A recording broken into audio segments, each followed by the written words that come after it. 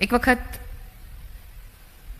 એક સરસ હોશિયાર દીકરાની વહુ, અને જે હોય ને આવે ને બધાને એમ કે મારા મમ્મીજી જેવી રસોઈ કોઈનાથી થાય જ નહીં, થાય જ નહીં. એટલે મમ્મીજી હવાર હાજે રસોઈ જ બનાવી રાખે, કારણ કે સાંભળવાનું ફળિયા મારા સાસુ જેવા કોઈ વાળી જ ન હોય, કે એના જેવું આંગણું કોઈ ચોખ્ખું રાખી ન, એટલે સવારમાં ઉઠીને સાસુ વાળી નાખે. જેમ કરો કબાટ મારા સાસુ જેવું કોઈ ગોઠવી જ ન શકે, એના જેવી ગોઠવણ જ ન થાય. એટલે એ બિચારા સાસુ કરે. છોકરો બુદ્ધિશાળી હતો, એણે એની મમ્મીને કીધું કે આ વખાણ કરી કરીને તારી પાસેથી બહુ બધા કામ કઢાવી લે, તો ધીમી ખમ. એ કહેતો તો શું કરવું? એ કે કાલ આપણે સવારે તું જ્યારે સાવણો લેતી હોઈશ ને, ફળિયું વાળતી હોઈશ, ત્યારે હું તારા હાથમાંથી સાવણો લઈ લઈશ અને એમ કહીશ કે બા તમારે આ ઉંમરે વળાય, એટલે હું વાળવા માંડીશ ને હું વાળીશ એટલે તને શરમ આવશે જ ને, એટલે તરત આવશે લાવ હું વાળ નાખું, લાવ હું વાળ નાખું, પછી આપણે બે અંદર આવી જશું. એ કે આ એક્ટિંગ પ્રમાણે બીજે દિવસે સવાર પડી 7 વાગે સાસુએ સાવણો લીધો, સાસુ સાવણો વાળવા માંડ્યા, અને તરત દીકરો બા બા તમે નહીં, આ ઉંમરે તમારે કરાય, અમે આવડા જુવાન જેવા બેઠા હોય. અને પતિએ સાવણો, દીકરાએ સાવણો હાથમાં લીધો, એટલે દીકરો સાસુ કે ના બેટા અમે બેઠા હોય તારે થોડો સાવણો લેવાય, બે ઘરમાં સ્ત્રી હોય તારે સાવણો લેવાય. આવી રગજગ મા દીકરા વચ્ચે ચાલતી હતી. બહુ સરસ મજાનો સાડીનો છેડો ધબ દઈને આવીને કીધું બાધોમાં વારા રાખો, એક દી આનો વારો એક દી વારો, કામ હાટું હું બાધો શીખે, કામ હાટું બધા થશે કે ઘરમાં કંકાસ કામ માટે હોય, વારા કાઢો કે આ વારો લઈ લેવાની આખી ફિરાકમાં આખી સભ્યતા છે. વારો દેવાવાળામાં રાખો. સાહેબ એવા બનો કે કોઈકને કંઈક કહેવું હોય ને તો એને પહેલો તમારો નંબર અને તમારું નામ યાદ આવે. આ તો કેવું થાય છે ખબર છે, ક્યારેક કુટુંબમાં કોઈક વાત કરવી હોય, કોઈક વિચારણા કરવી હોય ને તો 10 જણા ભેગા થાય કે ઓલા બેન ન હોય તો આપણે કરી લઈ વાત. તમારી ગેરહાજરીમાં કોકને રાજી થવાનું મન થતું હોય એનો અર્થ એ છે કે તમને જીવતા નથી આવડ્યું. તમારી કોઈ પ્રસંગમાં રાહ જોવાય, કોઈ કુટુંબમાં નિર્ણય લેવાનો હોય, તેમ કે ફલાણા ભાભી આવે તો આપણે આ મહત્વનો નિર્ણય લઈએ, એવું તમે જીવી શકતા હોય, એવું તમે કરી શકતા હોય તો તમને જીવતા આવડ્યું, તો તમારી અંદરની સંવેદના સાચી. બાકી બધી વાતો, તમને ઘણી બધી વખત એવું થાય કે પુરુષો કઈ વાત ન કરે, પુરુષો કઈ વાત કરે. અને સૌથી વધુ પુરુષ સ્ત્રીઓને એક ફરિયાદ હોય કે ખબર નહીં કેટલું કમાઈ નહીં, આપણને ન ખબર હોય, મમ્મીને બધી ખબર, જેને આપણે વાપરી ન નાખવાના હોય. એટલે આપણને એવું થાય કે આપણે કમાણી કે નહીં, પણ ક્યારેય વિચાર આવ્યો કે પુરુષો કેમ પોતાની એકચ્યુઅલ ઇન્કમ કહેતા નથી? કારણ કે પુરુષને બહુ ભવિષ્ય દેખાય છે, એને ખબર છે કે આર્થિક તકલીફો શું છે. હવે ધારો કે આજે એમ કે આજે 5,000 બદલે 10,000 આવ્યા છે, એટલે આપણે પહેલું વહેલું શું કહીએ, તો હવે કલર કરાવી નાખો, 2 વર્ષ થયા ઘરને. પછી ઓલા ભાઈને એમ થાય હાલો ચલ કર નાખે. બીજા મહિને એમ કે આ વખતે 15,000 આવ્યા, હવે આ વખતે મને મંગળસૂત્ર કરાવી દો, 2 વર્ષથી હું વાહે પડી છું કે આ મારે કરાવવું જ છે, આ મારે કરાવવું જ છે. એટલે ઓલું જે સેવિંગ કરવાનું હતું એની બદલે ખર્ચાની એક યાદી બનતી જાય છે. પણ એની બદલે એ તમને આવીને તમારા હાથમાં મૂકી શકે. દરેક વખતે આવું હોય છે એવું મારી કોઈ કહેવાની દલીલ નથી. રાધર આપણને બધાને ખબર છે જે દિવસે મોદી સાહેબે નોટબંધી કરી ત્યારે કાળું નાણું ભાઈઓ કરતા બધું બહેનો પાસે નીકળી હતી. એનો અર્થ એ છે કે અમારી બેંક મોટી છે તમારા બધા કરતા. ધીમે ધીમે સાચવતા થઈ જાય. તો અંગત રીતે માનું છું કે તમારો સ્વભાવ સારો હશે, તમારી વાણીમાં નિર્મળતા હશે, તમે સંવેદનાથી વાત કરતા હશો તો જગતની દરેક વ્યક્તિ, તમારો પિતા હશે, તમારો પતિ હશે કે તમારો પુત્ર હશે, પહેલું વહેલું એને એવું થશે કે હું આને જઈને કશુંક કહું. પણ આ બે વચ્ચે માથા પુરુષ ફસાય છે ક્યાં ખબર છે? છોકરીને એવું હોય છે કે મારા હસબન્ડને બધી મને જ વાત કરવી જોઈએ, બીજા કોઈને કરાય જ નહીં. અને ભાઈઓને એના મનમાં એવું કઈ છે જ નહીં કે આને કરવી ને આને ન કરવી. એ ખરેખર એને બે આખો બેલેન્સ બહુ સરસ રીતે કરી શકે, બધાને એને કહેવું જોઈએ. પણ એ રિએક્શન આવે ને પછી નક્કી કરે કે આને ન વાત કરે, આ તરત વાયા વાત બર જતી હોય છે. અને ત્યારે ધારો કે દીકરો છે એ પ્રેમથી હૂંફથી પોતાની પત્નીની કશીક વાત કરે છે, ત્યારે તરત જ કાં હવે બધું ન્યાજ તાર કહેવાનું, આવડામાં તમે આવડા કર્યા. અને એક ધારો કે પહેલા દીકરો છે એ ટુવાલ ન સુકવતો હોય અને લગ્ન પછી સુકવવા માંડે, એટલે આપણે તરત કાં સીધા થઈ ગયા ને, અમે તો કઈ મરી ગયા હતા. ધારો કે છોકરો છે એ રીંગણાનું શાક ન ખાતો હોય અને દીકરાની વવે રીંગણાનું શાક બનાવ્યું હોય તો આપણે 2 વખત ના પડે કે ઈ નથી ખાતો રીંગણાનું શાક, ઈ નથી ખાતો, એટલે વહુ એમ ખાય હે નો ને મનમાં. એટલે એ બનાવે રીંગણાનું શાક, અને ભાઈને એવું થાય કે હવે નવું નવું છે ને આપણે ક્યાં અત્યારે કેવું, એટલે ખાઈ લે. એટલે પહેલા જ કોળીએ આપણે, કાતું તો ખાતો નહોતો, બબે શાક અમારી આગળ કરાયો, સીધો થઈ ગયો. આ સમયે એક સાસુ તરીકે તમારે એ કરવાની જરૂર હતી, કે કરવું જોઈએ, કે ભાઈ દોસ્ત તને અભિનંદન છે, જે હું 20 વર્ષમાં 25 વર્ષમાં ન કરાવી તે 2.5 મહિનામાં કરી દીધું. અને બીજું કે આપણાથી હચવાતો નહોતો ત્યારે જ પરણાવ્યો હતો, ત્યારે તો પરણાવ્યો હતો. તમે જો આજે પણ તોફાની છોકરો હોય, હાથમાં ન રહેતો હોય, કાંઈ પણ ન રહેતો હોય, તો આખું કુટુંબ એમ કે લગ્ન કરાવી દો ને બધું સીધું થઈ જશે. એનો એમ અર્થ એ છે કે બધું સીધું કરવા માટે એક સ્ત્રી જોઈએ. હવે જો તમારી સાસુ તમને આટલી સપોર્ટિવ હોય, તમને એમ કહી શકતી હોય કે વાહ દોસ્ત અમે ન કરી શક્યા તું કરી શકતી હોય, તો એનો ગર્વ લેવો જોઈએ. પણ એનું અભિમાન આવી જાય ને પછી કેમ હવે તમારે બધું મને જ કહેવાનું, એવું નથી. અત્યારે બે પક્ષ છે. પહેલા સાસુઓ મુંજારાતી. મેં હમણાં જ એક વખત એક વાત કરી હતી કે બધા એવું કહે છે કે અત્યારની છોકરીઓની બહુ ડિમાન્ડ છે, બહુ ડિમાન્ડિંગ છોકરીઓ થઈ ગઈ છે. પણ મારું એવું કાંઈ માનવું નથી. સાસુઓની બહુ ડિમાન્ડ છે. સાસુઓને છોકરી ડાય જોઈ, સંસ્કારી જોઈ, રૂપાળી જોઈ, ઊંચી જોઈ, અંગ્રેજી બોલતી હોવી જોઈએ, સાચવતી હોવી જોઈએ, પ્રસંગોમાં આવતી હોવી જોઈએ, આટલી બધી શરત. અને દીકરીઓની એક જ શરત કે સાસુ ન હોવી જોઈએ. એક આ ન હોય તો બધું આપણે કરી લઈશું. ખોટો કોણ માથાકૂટ કરે? જો હવે તકલીફની એ વાત થઈ ગઈ છે, દુઃખ લાગે આપણને, સમાજની આપણે એક એવી સ્થિતિમાં આવી ગઈ છે કે બાયોડેટાની અંદર લખવું પડે છે આપણે બધાએ કે આ લોકોએ લગ્ન પછી તરત જુદું રહેવું પડશે. જે લોકોને ખબર હશે કે અત્યારે સૌથી વધુ પ્રોબ્લેમ છૂટાછેડાના એટલા માટે થાય છે કે બે વ્યક્તિઓ વચ્ચે બોન્ડિંગ બનાવી શકે ને એવું કોઈ વડીલ ઘરમાં નથી. વડીલ હોય તો બે જણને છાના રાખે, અને ક્યારેક વડીલની હાજરીના હિસાબે તમે બોલવામાં કંટ્રોલ કરી નાખો. બે શબ્દો ઊંચા અવાજે બોલવા હોય તો થાય પપ્પાજી બેઠા જ, મમ્મીજી બેઠા જ, નથી બોલવું. અને તમે બહાર જતા રહ્યો, રસોડામાં જતા રહ્યો, અને એટલી વારમાં તમારું મન શાંત થઈ જાય. પણ હવે કેવું થયું છે કે કાંઈ પણ નાની એવી ઘટના પણ દીકરીના ઘરમાં થાય અને દીકરી રૂમમાં આવે એટલે પહેલો મમ્મીને ફોન કરે, આજે તો મને મારા સાસુએ હા કહી દીધું. એટલે મમ્મી તરત જ અંદરથી કે જો બેટા એક વસ્તુ યાદ રાખજે, આજે સહન કરીશ ને તો તારે રોજે રોજ સહન કરવું પડશે. ધારો કે દીકરી છે એ લગ્ન પછી વહેલી ઉઠી જાય છે 7 વાગે, અને મમ્મીનો ફોન જાય સવારમાં, અને દીકરીને એમ કે બેટા ઉઠી ગઈ?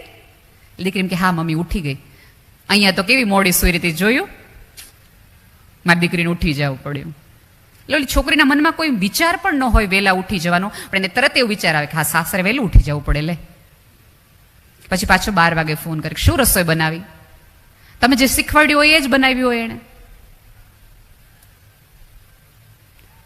એ વખતે મારે દરેક મમ્મીઓને વિનંતી કે તમારી દીકરી ફરિયાદ કરવા માટે પણ, કે એની સાસુ કેવી છે, એના સસરા કેવા છે, એની નણંદ કેવી છે, એનો દેર કેવો છે, એવી ફરિયાદ કરવા માટે પણ તમને ફોન કરે, ત્યારે એક મમ્મી તરીકે, એક સ્ત્રી તરીકે તમારી ફરજમાં આવે કે તમારી દીકરીને તમે કહો કે બેટા આપણા ઘરની ફરિયાદ તું ઘરમાં કરી શકવાની છો, તો તું ઘરની ફરિયાદ મને કર.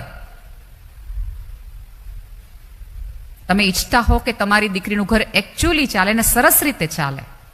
આ તો કેવું છે ખબર છે, દીકરી છે એ રમતું ગમતું ફૂલ હોય તો દીકરાની વહુ પણ, જો મારી કોઈ દિવસ એવી દલીલ નથી રહી, એક બહુ ગેરસમજણ છે કે અમે તો અમારી દીકરી વહુને અમે દીકરીની જેમ રાખીએ. ના, એને પુત્ર વધુની જેમ જ રાખો, કારણ કે પુત્રથી વધુ છે. એને ઘર, સંસ્કાર અને સભ્યતાને આગળ લઈ જવાની છે. એને તમારા નિવેદે યાદ રાખવાની છે, અને તમારી રીતો યાદ રાખવાની છે. પણ એનો અર્થ એ નથી કે તમે એને ફ્રીડમ ન આપો. તમે તમારી દીકરીને ફોન કરો અને 2 કલાક વાત કર્યા પછી તમારી દીકરી એમ કે મમ્મી હું ફોન મૂકું, એટલે ફોન મૂકતી વખતે મા તરીકે આપણે એમ કહીએ 2 મિનિટે વાત કરવાનો બિચારીને ટાઈમ નથી. હવે એની દીકરાની વહુ જો એની મમ્મી સાથે વાત કરતી હોય તો આપણે 3 જણને ફોન કરીને કહીએ ખબરની મમ્મી યાર મંડીશ વાત કરવા, બાયણું બંધ કરી દઈએ. તમે કરો તો કશું નથી, એ કરે તો આટલી બધી મોટી પ્રોબ્લેમ થઈ જાય એમ. અત્યારે તમને હંમેશા એવું લાગશે કે કન્યા કેળવણી ઉપર, સ્ત્રીઓના સંસ્કાર ઉપર આટલો બધો સભ્યતાએ ભાર શું કામ મૂક્યો છે? એ ભાર એટલા માટે મૂક્યો છે કારણ કે સ્ત્રી એક જ છે કે જે ઘર અને સભ્યતાને બનાવી શકે છે, જોડી શકે છે, એટલે એના ઉપર ભાર મૂક્યો છે. એટલે એને સમજાવવામાં આવે છે, એટલે એને કહેવામાં આવે છે કે તું નહીં કરને તો આ કોઈ નહીં કરી શકે, તું જતું નહીં કર તો આ કોઈ નહીં કરી શકે, તું માફ નહીં કરી શકે. અને માફી તમે દિલથી દેવાની રાખો. એકવાર દઈ તો જોજો તમે કેટલા હળવા અનુભવશો. વારા ઘડીએ આપણે પુરુષો ઉપર શંકા કર્યા રાખીએ. 5:30 પછી દરેક સ્ત્રીની અંદર એક પોલીસવાળા ભાઈ જાગૃત થાય, ક્યાં ગયા હતા, કેમ મોડું થયું. અને ભાઈઓને કહું કે લગ્નના 20-22 વર્ષ પછી તમારા પત્ની તમારા ઉપર શંકા કરતી હોય તો ગર્વ લેવો, હજી તમારામાં કાંઈ કેવું છે, કેમ લાગે ચિંતા જેવું છે કે આ ભાઈ કેટલા હજી દેખાવડા છે, હજી એમાં શક્યતા છે. આનંદ લેવાય આવી વસ્તુનો. તો જે સ્ત્રીઓ શંકા કરે છે એણે પોતાની જાત ઉપર આત્મવિશ્વાસ નથી, એટલા માટે શંકા જાય છે. તમને તમારી આવડત, તમારા કર્યા, તમારા પ્રેમ ઉપર ભરોસો નથી, એટલે તમારે કોઈ બીજી વ્યક્તિ ઉપર શંકા કરવી પડે. બાકી તો કોલર ઊંચા કરીને કહીએ નહીં, મારા જેવો પ્રેમ કરી શકતો હોય તો જાને બાર, મારી જેવો તને કોઈ સાચવી શકે તો છૂટ છે. આપણા કર્યા ઉપર આપણને એટલો ભરોસો હોવો જોઈએ કે આ ડીએનએને મારા જેટલું મારી કક્ષાએ કોઈ સાચવીને પ્રેમ કરી જ ન શકે. મારી આવડત ઉપર મને એટલો ભરોસો છે. પણ આપણને આપણી આવડત ઉપર જરાય ભરોસો નથી. અહીંયા બેઠેલી તમામ સ્ત્રીઓ છેલ્લે ચોક્કસ ને ચોક્કસ અરીસામાં જોઈને આવી હશે કે હું કેવી લાગુ છું. અને આપણે જ્યાં સુધી આપણને ગમે એવા ન લાગીએ ત્યાં સુધી આપણે ઘરની બહાર નથી નીકળતા. હવે આમાંની એક પણ સ્ત્રી એવું કે કેમ આવો લીલો કલર પહેર્યો, આપણો આખો મૂડ મરી જાય કે આ તો હારો તો નથી હારો. આપણે 3 જણને પૂછીએ કે આ કલર નથી હારો લાગતો, આ કલર નથી હારો લાગતો.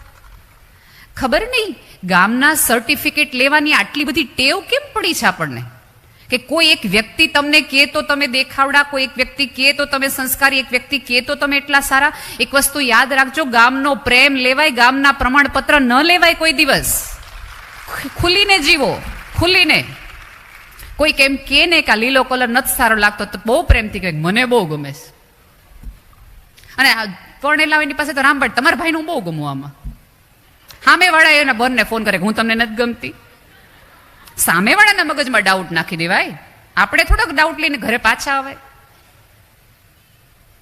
જે દિવસે તમને તમારી જાત ઉપર ને તમારી ચોઈસ ઉપર શ્રદ્ધા બેઠશે ને એ દિવસે જ તમારી કરોડરજ્જુ સિદ્ધિ થશે. બાકી બધી વુમન એમ્પાવરમેન્ટની વાતો સાઈડમાં રહી જશે. પુરુષો આગળ એટલા માટે છે કારણ કે પુરુષો અરીસો નહીં ભવિષ્ય જોવે છે. અને યાદ રાખજો, સંઘર્ષ કરતી સ્ત્રીનું સૌંદર્ય સુંદર સ્ત્રી કરતા ક્યાંય ચડે છે. આમાંની કેટલી એવી સ્ત્રીઓ હશે કે 3 ઘરના કામે કરતી હશે, પતિને પણ સાચવતી હશે, સાસુ સસરાની દવા પણ કરતી હશે અને સંતાનોને ભણાવતી પણ હશે. એ સ્ત્રી પૂજનીય અને વંદનીય છે. પણ સમાજ પાસે 2 હાથ જોડીને વિનંતી છે કે સમાજ પાસેથી પૂજાની અપેક્ષા ન રાખો કે તમારી પૂજા કરે, અર્ચના કરે. સમાજ પાસે ગૌરવની અપેક્ષા રાખો. તમે તમારા ઘરેણાના કારણે નહીં, તમારી સંસ્કારના કારણે રૂડા લાગો છો, યાદ રાખજો. ઘરેણા તો આવજાવ કરશે, 10 ઘરેણા પછી એ તમારી સામે કોઈ નહીં જોગે અને સાવ લીરા જેવા વસ્ત્રોમાં 10 જણ આવીને તમને પગે લાગી જશે. કારણ કે તમારું ઓઢણું તમારો સંસ્કાર છે, તમારી આવડત છે, તમારી વાચા છે, તમારી મીઠાશ છે, જેના કારણે 10 જણા તમારી પાસે આવે. તમારા અવાજમાં એવું મરમ હોવું જોઈએ કે કોઈકને એમ થઈ જાય કે અડધી રાત્રે રોવાનું મન થાય તો આ સ્ત્રીનો ખોળો મને જોઈ. અને આ જગતમાં પુરુષો રડી નથી શકતા, એ સૌથી મોટી એમની માટેની તકલીફ છે. અત્યારે હાર્ટ એટેકનો રેશિયો જ એટલા માટે વધુ છે કારણ કે પુરુષો રડી નથી શકતા. એ કે કોને? ધારો કે પુરુષ પોતાની દિલની વાત પત્નીને કરે છે ત્યારે ત્રીજા વાક્યે, ધારો કે ભાઈ એવું કીધું કે આ એક નાના ભાઈને 5 લાખ રૂપિયા ખોટા દેવાઈ ગયા, આપણે મૂંઝવણમાં આવી ગયા, એટલે બીજું જ વાક્ય સાંભળે પછી આપણે મેં તમને પહેલા જ ના પડી હતી, તમે દોઢા થઈને ગયા હતા. એટલે ઓલો નક્કી કરે કે અહીંયા ન કહેવાય આજ પછી. એને સાંભળવાની જગ્યા આપો. એની પાસે બહુ ઠેકાણા નથી. આપણી પાસે બેનપણીએ છે, માય છે, પિયરે છે. એના ભાગે પિયરે ન થાય. આપણને ઘરમાં મૂંઝારો થાય તો આપણે 3 દિવસ એમ કહીએ, મહિનામાં વર્ષમાં 1 વખત કે મારા મમ્મીને ફ્રેશ થઈ આવું. એ ફ્રેશ થવા ક્યાં જાય? તેને મમ્મીને ઘરે જ છે, પિયર તો છે નહીં કાંઈ. અને જોઈએ એમ કે એના ફ્રેન્ડ સાથે બહાર જવા કે હું મારા ભાઈબંધ સાથે ફ્રેશ થવા જાઉં તો તરત આપણે કામે હું નડીશ તમને. એટલે એમને ખાસ આનંદની જોગવાઈ છે નહીં. અને ભાઈઓને વિનંતી છે કે થોડું ઘરે કહેવાનુંય રાખો, શ્રદ્ધા સાથે. હૃદય ખોલવાનું ડોક્ટરને બદલે પત્ની પાસે, મા પાસે, બેન પાસે રાખો. કારણ કે સ્ત્રી પાસે એવા એવા સવાલોના જવાબ છે જે સવાલની કલ્પના તમે પણ નહીં કરી હોય. એની પાસે એવી હૂંફ છે, ઉપરવાળાએ કોઈક એવી એને એના સ્પર્શમાં એવી હૂંફ મૂકી છે કે તૂટેલાને પણ એ સાજા કરી શકે છે. અને એ દરેક સ્ત્રીનો છેડો અને રૂમાલ નસીબદાર છે. ફરીવાર કહું છું, એ દરેક સ્ત્રીનો રૂમાલ અને સાડીનો છેડો નસીબદાર છે કે જેમાં એને પોતાના પુરુષના આંસુ લૂછવાનું નસીબ થયું હોય. કારણ કે તમારી વ્યક્તિએ તમારા ઉપર એટલી શ્રદ્ધા મૂકી છે કે રોવાનું ઠેકાણું હોય તોય આ વ્યક્તિ, અને હસવાનું ઠેકાણું હોય તોય આ વ્યક્તિ. પૂછો તમારી જાતને કે તમારે આવી ઠેકાણાની યાદીમાં બનવું છે કે જવાની યાદીમાં બનવું છે. જીવન તો બહુ નાનું છે. એક વખત જંગલમાં આગ લાગી, અને આગ સામાન્ય રીતે ફેલાઈ બહુ જલ્દી જતી હોય છે. વાતોની હોય, અફવાઓની હોય કે કોઈ પણ પ્રકારની હોય. જંગલમાં આગ લાગી અને બધા વનદેવીએ બધા પ્રાણીઓને કીધું કે નીકળી જાઓ, હવે જંગલ સળગી જાય એમ છે, અહીંયા કોઈ બચે એવું જ નથી, બધા નીકળી જાઓ, બધા નીકળી જાઓ. બધા પ્રાણીઓ ધીમે ધીમે ધીમે ધીમે જંગલ છોડીને જતા રહે છે. એક ચકલી છે જંગલને છોડીને જતી નથી. તળાવમાં જાય, પોતાની નાની એવી ચાંચમાંથી જેટલું પાણી આવે એટલું પાણી એ જંગલની આગમાં નાખે. જેટલું પાણી આવે અને નાખે. વનની વડવાઈઓ પણ ચકલીને કહે છે કે આ આગ એટલી મોટી છે કે તારી ચકલીમાં આવતા પાણીના ટીપાથી ઓલવાઈ શકે એમ જ નથી, તું ચાલી જા, મરી જઈશ. ચકલી માનતી નથી. છેક સુધી એ પ્રયાસ કર્યા કરે છે કે આગ ઠારે, આગ ઠારે, આગ ઠારે. ઉપર જાય છે અને બધા પૂછે છે કે ભાઈ કેમ આવું કર્યું? ત્યારે ઉપરવાળાને કીધું કે તમે યાદી બનાવશો ને કે જંગલમાં આગ લાગી હતી ત્યારે ભાગવાવાળા કોણ હતા ને ઠારવાવાળા કોણ હતા. ઠારવાવાળામાં મારી નામનું યાદી આવે ને એટલા માટે મેં કર્યું છે. દોસ્ત, જીવવું હોય તો કોકના હૃદયની આગ ઠારવાવાળામાં યાદી લખાવો.